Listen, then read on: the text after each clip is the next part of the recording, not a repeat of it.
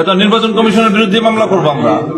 তো তুমি কেন ভোটারদের আপনি খালি একটা আইন ধরা দিলেন হবে? আপনি গণভোটে কি বলতেছেন? গণভোটে আপনি 3টা ঘর করতেছেন, হ্যাঁ এই পাশে লেখা, আপনার সিল মারতে হবে সামনে। আর আপনি আমার সেই সেম একই, আমাকে রিক্সা মার্কা বাম দিকে, তার সামনে ডান দিকে আপনি একটা খালি ঘর রাখছেন। তো যে নাকি রিক্সা মার্কায় সিল দিবে সে তো বিভ্রান্ত হয়েছে, যেটা নাকি ধানের শীষের ব্যাপারে ওই আসনের কি হয়েছে যে সেম একই জায়গাটা এই অংশটা। হ্যাঁ, তারপর ডানার অংশ কেন খালি রাখবেন আপনি? ঢাকা হাটের কথা বলছেন? ঢাকা এবং ঢাকা তেরো সেম একই ধরনের। ওখানে হয়েছে ধানের শীষ যেই সিচুয়েশনে পড়ছে, ঢাকা তেরোতে রিক্সা একই সিচুয়েশনে পড়ছে।